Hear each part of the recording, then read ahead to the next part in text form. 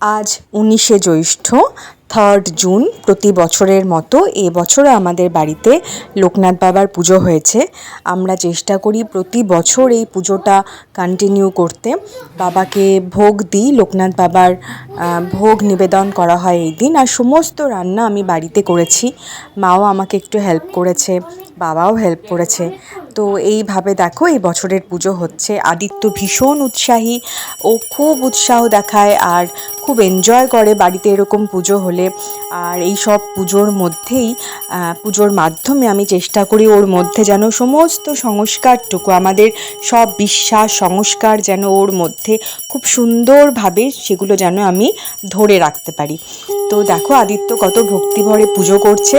আর লোকনাথ বাবার তো ভীষণ ভক্ত আমি, আমার ফুল ফ্যামিলি। তো খুব ছোট বয়স থেকে আমাদের বাড়িতে এই পুজোটা হতো, মানে আমি জ্ঞান হওয়া থেকে দেখছি যে মা বাড়িতে লোকনাথ বাবার পুজো করতো। তখন বোধহয় আমাদের পাড়াতে শুধু আমাদের বাড়িতেই এই পুজোটা হতো এবং আমরা সব জায়গায় ভোগ বিতরণ করতাম।